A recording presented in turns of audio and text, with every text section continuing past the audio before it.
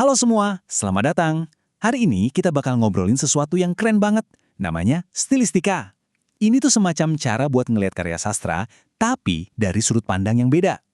Bukan cuma soal bagus atau jelek, tapi kita bakal bongkar gimana sih sebuah tulisan bisa punya kekuatan sebesar itu. Pernah nggak sih kamu baca buku atau puisi, terus rasanya tuh, wah, kena banget di hati. Tapi pas ditanya, kenapa suka? Jawabannya mentok di, pokoknya bagus saja. Nah, kita semua pernah di posisi itu kan? Pertanyaannya, gimana caranya kita bisa ngomong lebih dari sekedar bagus? Gimana caranya kita membedah rasa itu jadi sesuatu yang bisa dijelaskan? Nah, disinilah stilistika masuk. Coba deh bayangin stilistika itu kayak sebuah jembatan. Di satu sisi ada perasaan subjektif kita sebagai pembaca. Di sisi lain ada analisis yang logis dan objektif yang pakai bukti. Stilistika itu yang nyambungin keduanya. Dia kasih kita perkakas dari ilmu linguistik buat ngebongkar kenapa gaya tulisan seorang penulis bisa sekuat itu. Oke, sebelum kita melangkah lebih jauh, kita harus sepakat sama satu hal dulu. Ada satu fondasi, satu titik awal yang nggak bisa ditawar-tawar dalam stilistika. Menurut dua ahli di bidang ini, Jeffries dan McIntyre, stilistika itu pada dasarnya kayak sains, dia butuh data. Terus datanya apa? Ya teks itu sendiri.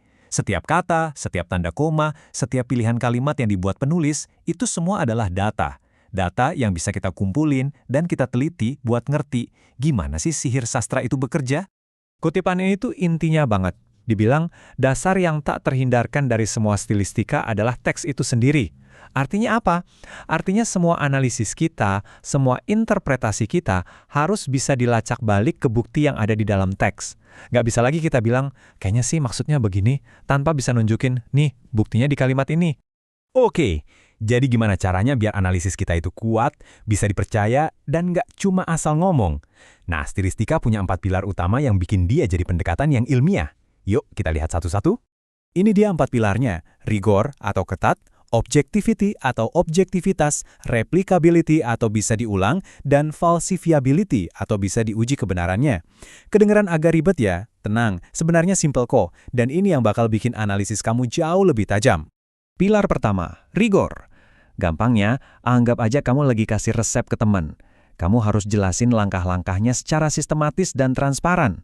Misalnya, kamu bilang, aku mau lihat semua kata kerja yang dipakai di cerpen ini buat nunjukin karakter tokohnya. Nah, metodenya jelas, jadi orang lain ngerti gimana kamu bisa sampai ke kesimpulan itu. Kedua, objektivitas. Ini sering disalahpahami. Objektif di sini bukan berarti kita jadi robot tanpa perasaan ya. Bukan. Objektif itu artinya setiap kesimpulan kita harus punya jangkar, harus terikat sama bukti yang ada di teks. Jadi bukan cuma soal perasaan saya bilang begini, tapi teks ini menunjukkan bahwa. Kutipan ini menjelaskan dengan sangat baik. Jadi objektif itu artinya kita harus jelas dan terbuka soal metode kita. Tapi yang lebih penting lagi, kita harus siap mengubah pikiran kita kalau nanti nemu bukti baru yang menentang kesimpulan awal kita. Inilah yang membedakan analisis yang mendalam dari sekedar opini keras kepala. Pilar ketiga, replicability. Ini nyambung banget sama pilar pertama tadi soal resep. Kalau resep yang kamu kasih itu jelas dan detail, orang lain harusnya bisa masak kue yang sama kan? Nah, di stilistika juga gitu. Kalau metodemu jelas, peneliti lain harusnya bisa mengulang analisis kamu, dan idealnya sampai pada temuan yang serupa. Ini cara kita memvalidasi sebuah analisis. Dan yang terakhir, falsifiability. Ini kedengarannya paling rumit. Padahal intinya gini, sebuah argumen itu baru bisa dianggap ilmiah kalau dia bisa diuji. Dan karena bisa diuji, dia juga punya kemungkinan untuk dibuktikan salah. Jadi kalau kamu bilang puisi ini maknanya sangat rahasia, itu nggak bisa diuji. Tapi kalau kamu bilang penggunaan majas personifikasi yang berulang-ulang di puisi ini membangun suasana magis, nah itu bisa kita uji. Kita bisa hitung dan analisis majasnya. Oke, cukup teorinya. Sekarang kita turun ke lapangan. Di mana aja sih kita bisa berburu data-data linguistik ini dalam sebuah karya sastra? Kita akan lihat beberapa contoh dari sastrawan-sastrawan hebat Indonesia. Pertama, kita bisa lihat di level morfologi alias struktur kata. Coba deh, ingat-ingat lagi puisi-puisi almarhum Sapardi Djoko Damono. Beliau itu jago banget mainin imbuhan. Kadang ada kata yang dikasih imbuhan me atau an yang rasanya nggak biasa. Itu bukan salah ketik loh.